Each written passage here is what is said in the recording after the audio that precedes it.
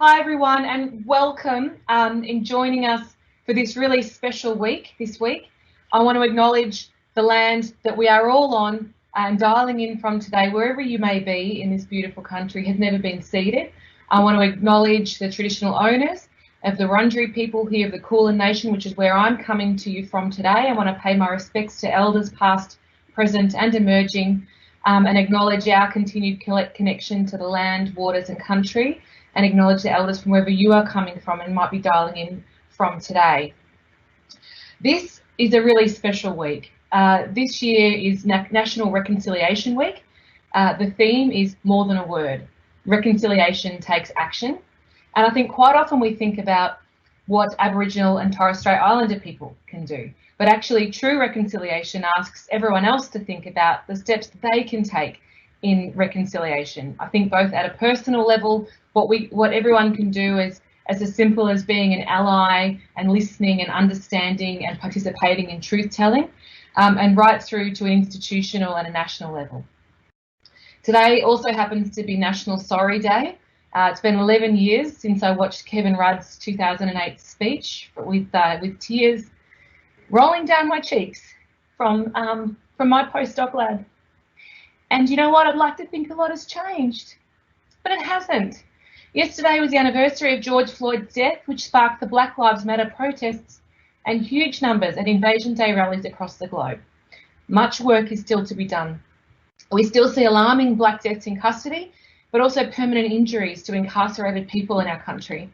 I want to thank you all for being allies and tuning in today, because actually Indigenous people have been scientists for many tens of thousands of years, and if those of you who are lucky enough to have a pineapple in your pocket on the $50 note, you'll see the beautiful face of David Unapon, who was an inventor and actually had several patents. And I'm absolutely thrilled to bring you Corey Tutt today, who will be our Wednesday seminar speaker to speak on this really, really special week for our country. Corey is a proud Kamilaroi man. He's the CEO and he's the founder of Deadly Science. Deadly Science is an incredible organisation. We've been really proud to be a supporter here at WeHive Deadly Science. And I've personally known Corey. Corey's a friend, and I've known Corey for many years now, and absolutely thrilled to see the rise of this wonderful organisation who gather donations of scientific resources such as books and microscopes and send them out to remote schools around Australia to Indigenous kids. He's engaged with over 100 schools in Australia, and in recent surveys, these schools have showed a dramatic increase in engagement in STEM and also increases in attendance. So I think we're already seeing the impact that organisations like Deadly Science can make for our people. Corey's also then been honoured with receiving several awards, including Australian of the Year, the Young Australian of the Year for the Australian newspaper. He's been the Indigenous STEM champion for CSIRO, and he was the Young Person of the Year for, was it New South Wales? Have I got that right, Corey? Yep. Thank you. But I think the wonderful thing about Corey is, and I think that this will come across today, so you're in for a real treat, is his passion and his enthusiasm. And I think despite all of these accolades, which he might speak about, that he takes them as quite a responsibility for his people, which he talks about publicly, but he devotes his time to making tomorrow a better place for our kids and telling Aboriginal kids about Australia's first scientists. And when he isn't doing Deadly Science, he also plays rugby and loves reptiles and lots of other odd and strange, wonderful creatures as well. So with that, over to you, Corey. We're absolutely thrilled to have you today here at WeHi and host you, even though it is virtually today, not in person, but really thrilled to hear your story. So over to you. Thank you, sister. And, it's always such a pleasure to be involved in conversations with you, Misty, that, and it's so important that on a week where we're celebrating Reconciliation Week, that we recognise the first scientists, and still in present days, Aboriginal and Torres Strait Islander people are still contributing to science even today. Just last week we discovered 40 new bilbies with Deadly Scientists, with our students that are working in community. And if we weren't doing this, then a lot of our species would be disappearing. So I just want to pay my respects to the ancestors, past and present, and also the people's land that I'm on today, the Gadigal people of the Aurora Nation. It is so important that we acknowledge that our people. It's a shared history. We should all be proud of the fact that our people invented bread. They were the first forensic scientists. And if you don't believe me, if you were lost in the bush, the first people to come get you were the trackers, and they were the first forensic scientists. And this is still amongst us today. So a little bit about me. I'm a Kamilaroi man. I come from the Walford family and from Walgett. And when I was a kid, I was obsessed with reptiles. Like most Aboriginal and Torres Strait Islander children, I grew up with a bit of childhood trauma, and I was often told I couldn't do things. I actually sat across from my careers advisor wanting to be the next Harry Butler or the next Steve Irwin, and I wanted to be a zookeeper. And I asked my careers advisor, I'm like, how do I go about that? And he goes, well, there's three options for you. It's really jail or, worse, but you should probably stick to a trade because, to be a zookeeper, you need to do a degree in zoology, and, kids like you don't really go to university. So I did what most weird people do, and I left school at 16 and ended up in a place called Boyuppbrook in Western Australia. And to give context, I was born and raised in Yuin country and moved around a bit, so on the south coast of New South Wales. So I literally crossed the country to become a zookeeper because I believe that you can't be what you can't see. And, it's so important that kids have really good role models that they can look up to. And, a few years down the track, I started working at the University of Sydney and working in the labs. And my STEM career took many twists and turns. And that's okay. I say to young people all the time, it's so okay to not have the straight road out of university and straight into a career. It's okay to take your own journey, but the key elements of being a great scientist is being a good person and being empathetic. And for me, I got to a stage where I really wanted to give back to my people and share some of my experiences. And if I could be, that mentor that wasn't the AFL footy player or the hip hop artist. And, these are people we celebrate in Aboriginal communities, but actually our people, again, have such a large epiphany with science, and art and sport are great things, but I wanted to inspire the next generation to be brave and deadly. So I started doing these science talks in Redfern, and we started talking about space stations. We started talking about medical mice that glow in the dark, which is related to Wehi, because I used to work with Wehi quite a bit when I was an animal technician. But it's so important that these kids, they were able to ask questions and they were able to express themselves in science, and that science is all around us.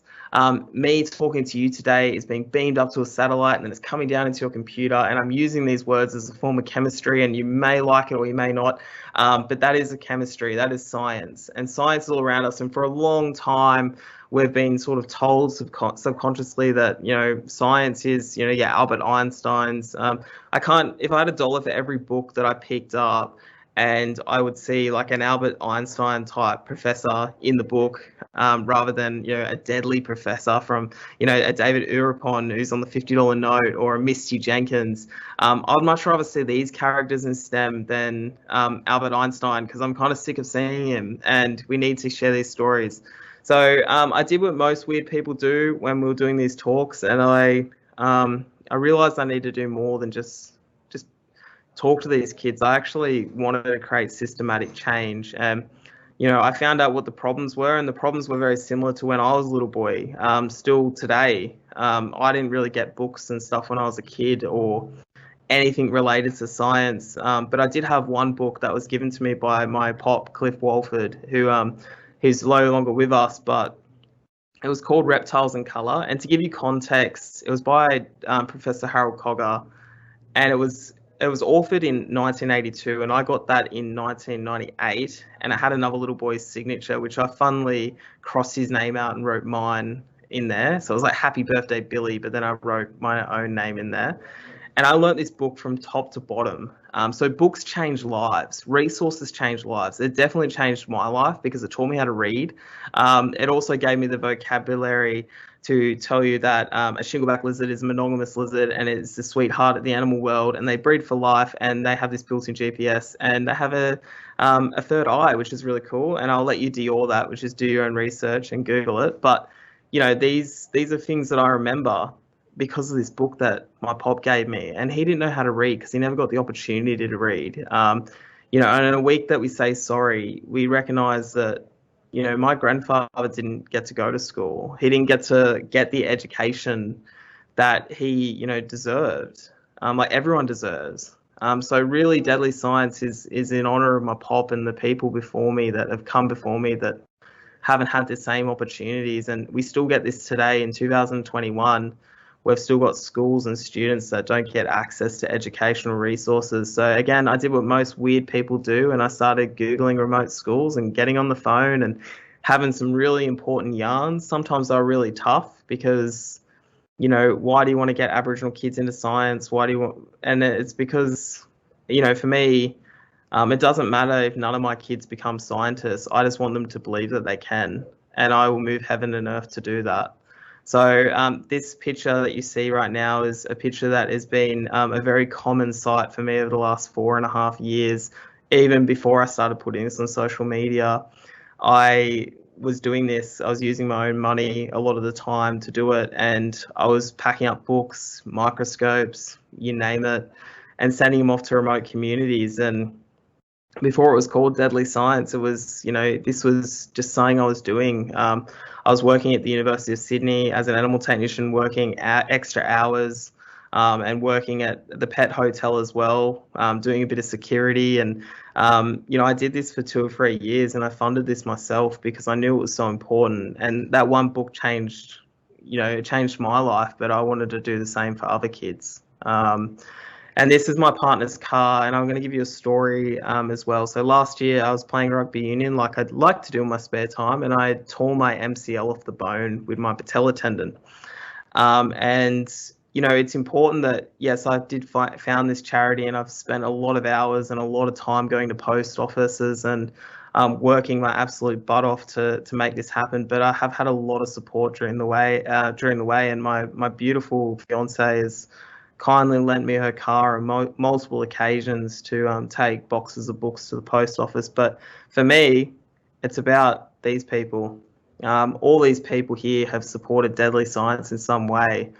So it's beyond just a Corey Tutt thing. It is a family of Deadly Science. Spreading science gives us hope. It gives us an ability to dream. And the most important thing for me is that we're all in this together. Non-Indigenous, Indigenous people. Making sure that education is equal, and it's so important that all of these people in this in this slide right now. There's so much more. There's so many more people that support us that. I want to pay my respects to them, because without these people here and the people watching this, we wouldn't have a Deadly Science. Because the more that we can work together, the more we can do as a society. And I just wanted to say thank you to all of us that have everyone that has supported Deadly Science to this date and continue to do so. And it's important that we acknowledge those people, including Missy Jenkins, who is an incredible superstar of WeHi and is just amazing, and a brilliant role model for young people in Australia. So the last 2 years, I've taught 45 children how to read via Zoom, just like I'm talking to you, but this is Teams, obviously. And I've taught over 9,000 Deadly Scientists to love STEM. And you know what? That's the easiest part, because kids are the best scientists. They're always asking the best questions. And for me, again, yes, I am the Young Australian of the Year for New South Wales, and although accolades make me feel a bit uncomfortable, these are a responsibility. These are a responsibility to the kids for me to be a good role model, so that, if the AFL player or that artist doesn't inspire them to stay out of trouble and stay in school, then hopefully I can.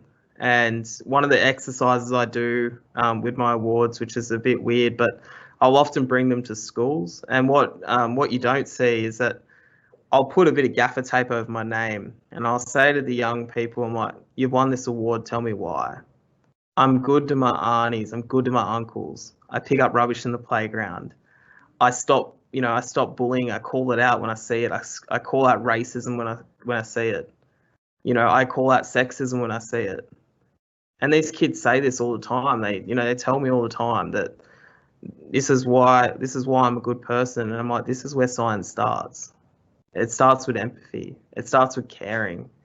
We're all into science because we're all here to make the world a better place, or an easier place in some sort of lessons. But kids are the best scientists, and I say to these kids when they hold this award up, I'm like, this is why you deserve it.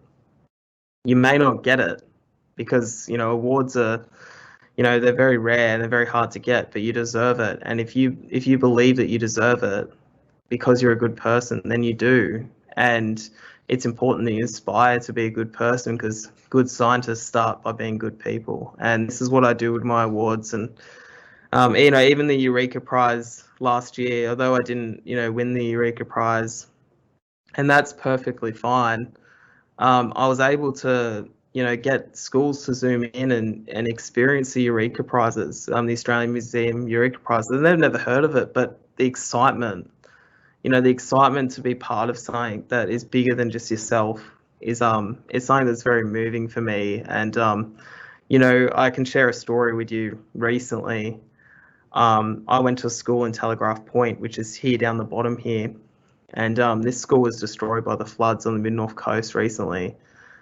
And again, I'd spoken to a lot of these kids, and one of the things I did was I replaced the whole school's library at a great cost. It was a personal cost for me, and also Deadly Science. And I had a little girl say to me, she's like, you know what, I don't want to be, I don't want to be a deadly, I don't want to be someone I want to be a scientist, and I want to be a scientist because of you and Deadly Science. And for me, I'm going to tear up a little bit, but for me, it's a very powerful thing, because I wish I had that when I was little. I wish I had that when I was a kid. I really wanted to be a zookeeper so badly that I was willing to move across the country at 16 as a child to pursue it. And, I'm so glad that we're here as a community and we can make science accessible so this kid doesn't have to leave community to discover her dream, and that's the most powerful thing for me. What do we do? Oh, well, look, this is what we're doing. We've built this website for Zoom sessions, and I'm going to be setting up so you lovely WeHire researchers can start beaming into our schools. But again, we don't just send resources out, we mentor these kids. This is not a Band-Aid situation. We're here all the time, virtually, just like I'm doing with you now, and we present about all different sorts of topics. And it's so important that our people in remote communities and also in the city have access to scientists. There's two forms of science. It's great research, but also you've got to communicate it. And you know what? Kids are the best people to communicate science with, because if you can communicate to kids, you can communicate to politicians, because kids have a better understanding of science than politicians. But for me, it's such a special moment, because I work a lot with juvenile justice centres and special needs schools and kids in hospital as well. I do a number of Zooms with Captain Starlight Foundation, where we just talk about animals and science. And it doesn't matter where you are, where you go, kids just love it, and they should have the ability to ask questions and just be brave. And I'm really proud of our Deadly Scientists, because every time I get to do a Zoom, it's just, I learn so much. Just in the last month, I've probably had about 40 questions about megalodons, which is this giant prehistoric shark, which I knew previously nothing about, but I've had to go and find out more. So I'm still doing science even now. I'm still learning. Deadly Science provides primary and high school students with practical science experiments. This is really cool. So up on the top here, you have Alec Range School. And in Alec Range School, a lot of these kids live in government housing, or they live in community, and there's a real black mold problem up there. And if you guys haven't heard of what black mold does, it can actually cause you to develop asthma and some lung conditions. It's really dangerous. So again, this is an experiment so kids can identify different types of mold, and it's a practical experiment because not every kid's going to become a scientist, but I'm going to make sure that they know how to be, and they can believe that they can. These are the kids down in the Narrandjeri lands, and they're testing the water. They're testing the water for abnormalities so that they can say to their lands council, they can say to their landowners, hey, we need to fix the water here. So again, this is practical solutions, looking after their mob, looking after their country. The kids at Dareton here, and this is young Charlie. And Charlie, I said to the kids at Dareton, come up with a solution that's going to make Dareton a better place. And I go, you got a budget of $20. And the solution was to make Dareton a better place. Dareton was in drought at the time, and they made a sort of like a big pipe to take all the water from Sydney, the excess water, and get Dareton out of drought. This is us taking apart apple juice. So working out how much sugar is in apple juice, and we're centrifuging it. And there's a lot of sugar in apple juice, but it's such a fun experiment. That's in the Tiwi Islands. And here in the middle here, we've got Robinson River School, and we're learning about how sharks don't float. So sharks don't float, they sink to the bottom, and they're doing experiments to figure out how that works, because it's so important. Even though there's no sharks in Burralula, it is so important that we learn about sharks, because sharks are deadly and they're awesome, and deadly scientists rock. Again, we've been improving literacy levels. These are kids all over. This is the Jilt kids, and they absolutely love science books. We've got the Robinson River kids there. And, these kids are really interesting because that we've built a science lab. So it's kind of like the prototype for deadly science is Robinson River, in the sense of I think every school should have their own science lab. And so much so it's boosted attendance by 98%. We have 98% attendance raise, which has never been heard of in Robinson River and Burralula. But I want to do this across the country because science is awesome and it can be fun. And we're getting young kids into science at a young age, and they're coming with these awesome skills that they previously didn't have. This is Warracunya. I put the first ever microscope in their school ever. And I'm so glad that I did that, because now we've got kids looking through microscopes every day. This is my little friend, Kaima from Groot Island. And she calls me. These girls in the foster care houses, they call me every sort of Friday, and they read their books to me. And she's her favorite book is Daddy Penguin, which is a book, and excuse me if I got the title wrong, but it's a book about emperor penguins and how the males look after the eggs. But I've heard that book about 40 times, and I'm not sick of it, because these kids just want to read and they want to enjoy education. Just this next week, I'm going up to visit this mob here in Badu Island, up in the Torres Strait. And again, we're doing a whole bunch of days where we're racing solar cars and just learning about all things science. And, I can't wait to spend some time with them. Again, we've improved literacy levels. This is a letter I got from a young Wiradjuri boy last year. I get a lot of letters all the time from the deadly scientists, and it's like, it's stuff like, deadly science, thank you for believing in us. If you've followed us on socials, you'll often see videos from kids saying, look, just so grateful that someone believes in them and believes that they can do science. And you know what, I can, because you can't be what you can't see. And there's two things we all need, and there's two main chemicals we all need, and that is passion and purpose. The passion is the science, but the purpose is to make it accessible, to make tomorrow's better for everyone.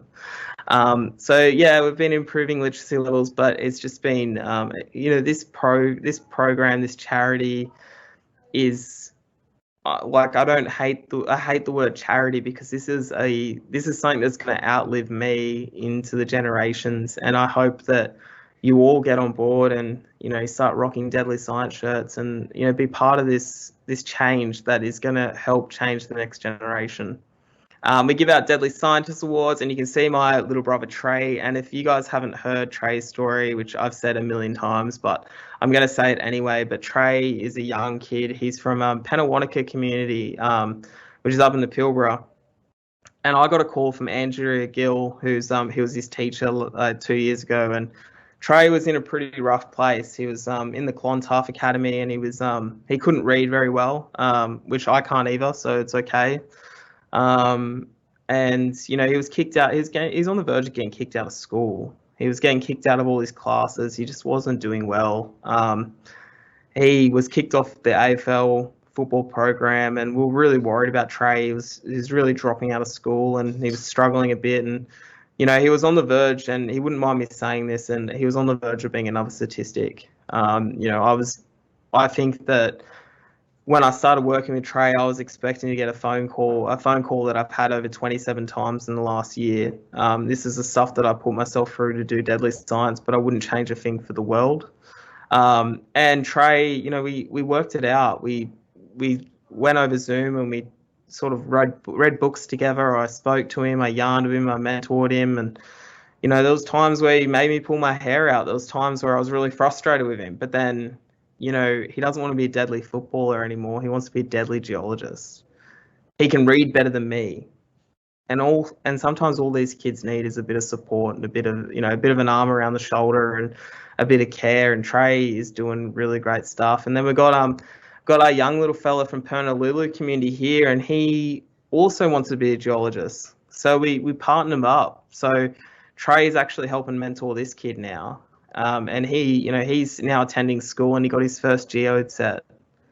We give these awards out, but they're earned. You have to be a good person. You have to be attending school. And then we tie back in, something that's real. If they do something, these kids do something really extraordinary, it's tied back into their interests. So if he's interested in geodes, we'll send him a geode set, and that might be the thing that helps this kid become a geologist. And then we got little Talia here, who's again from Groote Island, and for me, Talia is like really bright kid, and she again spent hours listening to her read books and just understand the world. And I think it's a really beautiful thing, and I'm really proud of my deadly sister scientists as well around the country, because I want to get more deadly sisters in STEM as well, because it's so important that we work to get more women in STEM as well. Again, we don't just work with schools. I work with the foster care system quite a bit as well, and also kids that have fallen out of the schooling system. School can be a really tough place for a lot of people. So we work with a lot of the boarding houses, and we have this thing in Australia where we often send our kids out of community, and they end up in houses that are often interstate, and they have to do the schooling interstate. But it's no reason why Deadly Science can't assist them. And it's really hard when people get home, these kids get homesick from communities, and our big conglomerates don't really understand that it is really hard to be taken out of your community and expect to be an A-grade student. So one of the things that Deadly Science does is we support these kids. We support them, and we're there for them in the good times and the bad. And young people can hurt, but also young people can heal. And I say to kids all the time, whether they're in the Justice Centre or they're in a foster care house or they've just got arrested for doing something silly, you're allowed to make mistakes. But what happens now, after you've made your mistake, is what will dictate where you go. And you're allowed to make mistakes, but you also are allowed to own them, and you're allowed to heal from them. So I don't think that science should exclude anyone. Even people in the Justice Centre. I think that the Justice Centres in prison, they should be able to do science just as much as kids on the outside, because, they need to learn skills, and they need to learn, that science is for them. It's for everyone. And if that helps them stay out of trouble, then that's great. But if it doesn't, and it gives them a brief moment from the trauma, a brief break from the trauma and the pain that they're suffering from, then I'm more than willing to make that investment. This is another little favourite. This is little Caitlyn. Caitlyn's from the MJD Foundation on Groote Island, and I made Caitlyn a promise, but I sometimes I'm human and I can't keep my promises. And my promise was that I'd build her a telescope so she could see the stars. And I haven't quite got the brain capacity or the finances to do that at this stage. So I did the next best thing and brought the stars to Caitlyn. because I think that every kid should be surrounded by stars and be able to look at the stars and dream and hope and, develop that passion and purpose, like I said. And, Caitlyn's still going well, but I just, I was so, it makes me a bit teary, sorry, but when I see Caitlyn and a deadly junior scientist certificate and I see her surrounded by, the little projector with stars, it's a moment of hope for me that, although the world can be a pretty negative place at times, there's still hope, and science gives us hope. And I hope that you all just, take something out of this story and take something out of deadly science maybe if you're having such a really bad day and you're having a really bad time, that makes you walk a little bit taller and makes you proud, because there is good in the world, and this is one of the good stories. And Caitlyn's a very inspiration to me, and I'm not afraid to say that I'm inspired by Caitlyn every day, because she faces a lot of challenges, and I'm really glad that she can just find a love for science just like anyone, and it's so important. We've been engaging kids in STEM experiences that have been normally out of reach, like bringing kids to the zoo, bringing kids to getting kids to set up trail cameras and stuff like that and be part of effective research. We've just done something with Kathy Beloff from the University of Sydney, her lab, the Australian Genomics Lab, where we've been collecting bilby scat samples. And again, like I mentioned, our Kurukanya Rangers who were in the ABC today, and they're looking at the night parrot. We've been providing them with equipment to take our deadly junior scientists out to help be part of the solution. The Kurukanya Rangers might be the people that save the bilby for us, Australia's Easter bunny. And these little vials you see at the top, they're fresh bilby scats. And these bilbies were previously not identified. So we've now got DNA samples from them, and we've got footage as well. And this stuff's so important. And down the bottom here in Gadigal country in Redfern, we've got the Redfern Jerome College, and we're teaching the kids how to pipette strawberries. Why? Because it's cool and it's important, and everyone should know how to pipette a strawberry. And then we've got up here our deadly scientists in Pernalulu, and they've got an invasive creature coming into their community, and it is called the cane toad. And we are teaching the kids how to catch the cane toad tadpoles and dissect them. Why? Because it has a real world practical solution to their community. We need to rid the cane toad out of the Kimberleys. It is going to wreak havoc across our wildlife. They are toxic. They've decimated the reptile and mammal population of Queensland and the Northern Territory. And this is something that our communities need to work on, and we need to support our communities. And up the top here, I can tell you a story about young Alfie who picked up a bush turkey at Taronga Zoo, but most of you have probably heard that before. But it's so important that we still continue to do this work and, give our mobs experiences so they can, one, just be deadly and be confident and, learn and grow. And I think that's really important. Another thing that we do, we provide clean, sustainable drink bottles to Aboriginal communities across Australia. This is something that is a big life project for me. I want every kid in Australia to have access to clean drinking water and their own bottle. Amongst other things as well, food prices as well. We've been putting greenhouses in community. It's a crime that a single piece of lettuce can cost up to $27 in community, and it's not even fresh. And I know that there's transport costs and things like that, but we shouldn't be paying that much for food. It's just not right. So one of the solutions I've come up with is to put greenhouses in schools so I can teach kids how to grow food. And this is real world implication. I hope that we can turn our schools into mini micro economies for the communities where, they're growing food and the community's buying the food off the school, and the school's buying more greenhouses, and then it goes on from there. It's working so far, but it's beyond just deadly science and me. It's all of us. It's all of us as society to say that this is not okay. And when we say it's not okay, we mean it's not okay, and we do something about it.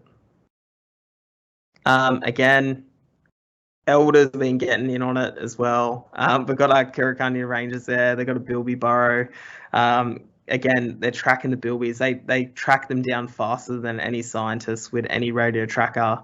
It's through traditional knowledge. It's our people with the first scientists. We've got our Columbaroo women up there, and they're so amazed and they love deadly science. And I'm so glad that I get to experience this with so many communities, and I get to share this with you. There's one thing we don't get to really share in Australia is our First Nations history, and that is just as much my history as it is yours, and you should be proud of it. But we've got to accept the bad with the good. And once we accept the bad and we acknowledge the bad, then we can work on making it good. So we just need to do that together. Again, we've teamed up with Heart Research Institute and recently WeHi, and we're doing stuff that's practical. Deadly steps competition. I didn't write in the bylaws that my Groote Eylandt kids couldn't play sport with the pedometers on, and they end up smashing everyone by about 5,000 steps or 50,000 steps. Again, working with Captain Starlight, making sure that deadly scientists have resources in the hospital. How cool is that? Like you're having, one of the worst times of your young life, and you're in hospital and you're from a remote community, and Deadly Science drops off a box of books, and you get to have your own book and your own resource and you're seeing all your classmates getting Deadly Science, but then Deadly Science remembers you when you're unwell as well. So we're doing that sort of stuff. This stuff costs money, so if you can donate, they'll be really grateful. But just share us and be part of the story. That's enough, and be part of the team. It's a big team. We've also been providing emotionally appropriate cards to Aboriginal and Torres Strait Islander kids with a disability. It's hard for our deadly scientists sometimes, to communicate with us. So we want to make sure that they have the right tools to communicate their science and enjoy science. So we've been working up with Tamika Davis, who's the I Am the Movement girl, and that's Team Slade. And I'm proud to say I'm Team Slade because she's got a son who suffers from autism, and she created these emotion cards so he can talk to her and communicate. So we've been sending them out to schools and special schools as well, and I'm hopeful that this is making a big difference, and I know it is. But it's so great. It's so great to be able to work with other First Nations people doing really amazing stuff to put these resources out to these kids. Again, the greenhouse thing, we've been putting greenhouses in schools and teaching kids how to grow food, and that's really fun. And this is being a herpetologist. Thank you, Misty, for bringing it up. I love this. This is one of our trail cam footage, and this is the Great Desert Skink, and it's called Jillabar. And Jillabar is currently a very rare skink. They live in colonies, which they live in families, and Jillabar is currently being destroyed by feral cats. So our rangers have been using the Deadly Science cameras and resources to help track down cats and Jillabar as well, and this is really important data. Jillabar for me is close to my heart because I love lizards, but this is about the size of a blue-tongued lizard, and we don't have these in captivity, so if they're gone, they're gone. So we need to protect them. So again, real-world implications for our deadly scientists that are growing food and working with our junior ranger program. And I've just sent 4 plumber cameras, which are kind of like those robotic cameras that plumbers stick down drains to stick into spike rush so they can see night parrots for the first time. So, this sort of stuff is really important, has real world implications, and I'm really proud of my deadly scientists, and I'm proud of everyone, really. It's a really amazing, thing that we're doing together. What's next? I want to hear drum rolls. I'm hearing them all over WeHi at the moment. Well, we're translating a lot of STEM resources into language. That's our next big thing. We just got a grant to do that. I still don't pay myself for Deadly Science. I still work full time at the Matilda Centre at the University of Sydney. So I just want to thank them for allowing me to have some time off to do all this stuff that I do, and flexible working arrangements. So, I'm still working to make this my full-time gig, but the most important thing is these kids have resources, and they have resources in language, and enjoy science as much as I do, and STEM as much as I do. So we're translating that, and drum roll please, we're going to be showing you for the first time our Science Week t-shirt, which we are launching, the new Deadly Science t-shirt. So on your left, you have the back of the t-shirt, which is designed by Molly Hunt and is honouring our amazing First Nations women in STEM like Misty Jenkins. And this is really cool. So this will be available very, very soon. We'll be announcing it during Science Week, but we'll be sure to put it up on our Twitter. And this is a really important shirt for us because we want to acknowledge our aunties and our older sisters and our people in community that are doing really great science, and our women in science as well. So this is something we're going to do every year. We're probably going to have a theme, and there'll be a new shirt most years, hopefully. And this is our design. This is celebrating our women in science. So I hope you're all enjoying that. And the last slide, drum roll please, is how you can help. Yeah, you can start a book drive, volunteer your time. We need more volunteers. We need more capacity building. So if you're a coder and you can help us with our website, jump on board, send us an email, help us build partnerships. We don't really have any corporate partners at the moment. That's changing, but it would be really great to start a fundraiser. These postage costs a ridiculous amount. I think we've spent like $90,000 since we started Deadly Science just on postage, and that does buy a few watches for board members. But it's so important that we have your support with this, and share our story, share our journey, and be part of us. When you buy a shirt or you share a Deadly Science story, you are part of this thing that, yes, I've created, but it's all of us, and we're in it together. And I think it's so important that every kid everywhere, doesn't matter where you come from, what you had for breakfast, has the access to the education they deserve. And that is the end of my presentation. I can take questions. Amazing. Thank you so much, Corey. Now, if you were in the lecture theatre right now, I'm sure it would have erupted by now with applause. I'll do it on behalf of everyone. We had 305 people tune in for this today. So you had such fantastic comments in the chat bar, and I think importantly, lots of people here haven't had that remote community experience. And even just talking about the cost of lettuce, for example, is something that's just so real that people don't really understand. And I remember absolutely falling off my chair going out to communities and seeing that. The real world implications. And I think it's really hard. There is this sense of helplessness for people and allies that don't really know how to help. So how can people get behind Deadly Science? I know we're talking about partnering with various organisations, but at an individual level. Do you want to share some of the ideas that we've talked about around that? Jump on board, model one of these t-shirts just like me, and it's so important that you share our story and be part of it, and also donate where you can. Get involved if you've got a particular skill set that you think that Deadly Science could utilize. Like we need things like coders, we need we need you name it, to help us to get better at sort of getting these resources out there. So if you can help us in any way, just reach out. And again, just if you can't donate, then just share our story and just be part of it, because when you share our story and you buy a shirt, you're actually part of this and you're helping us grow and you're creating more awareness for it. So it's great. I think it just also just really goes to show the power of that just one person with an idea and wanting to contribute actually can really snowball, and really get other people around you, individuals and organisations that can act, and that's when you can really have collective impact. Definitely. And, we work with over 9,000 students, so we've got a lot of work to do. So any organisations and any individuals that help us is greatly appreciated. Yeah. And maybe you might want to touch on the fact that, you and I have talked about various models and how, for example, WeHi could be involved. Like, it's a real privilege to do science.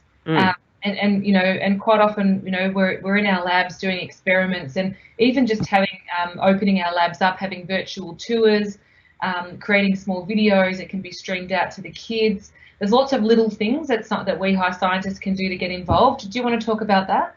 Yeah, definitely. And I think that, you've hit the nail on the head. Those things change lives.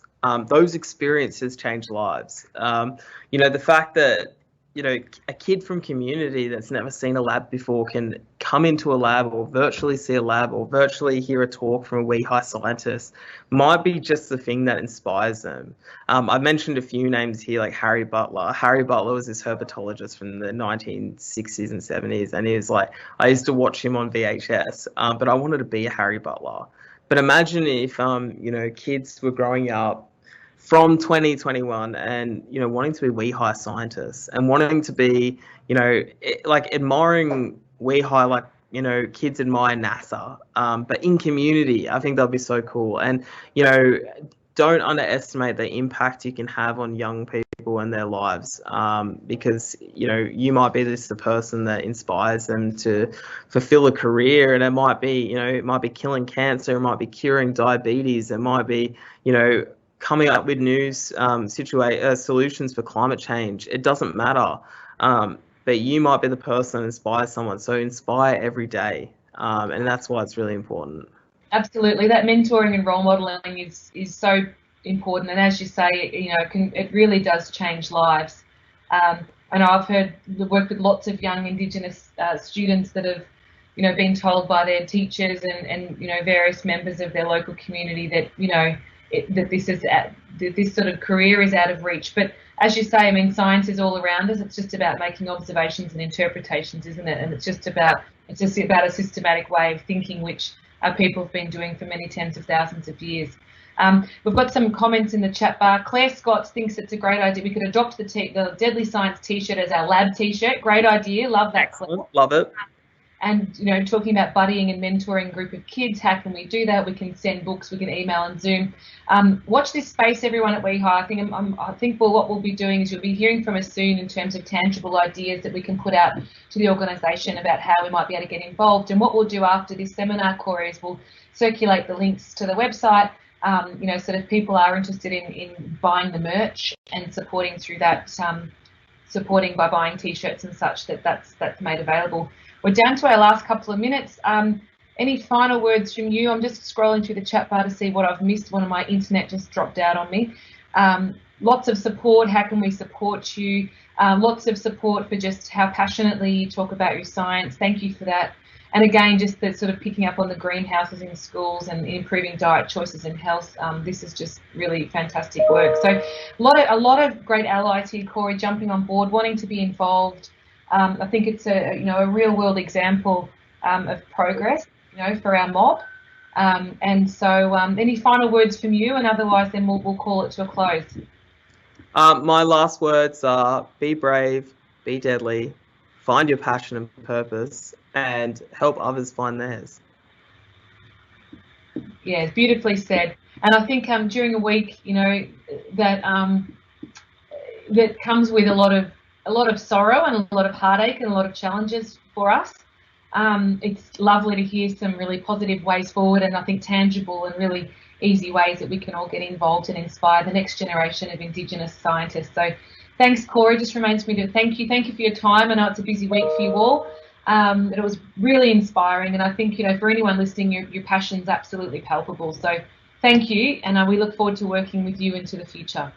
Thank you so much for having me, and it's a pleasure. I can't see you all virtually, but I know you're there, and thank you so much for listening to me speak today, and I'll see you again soon, hopefully.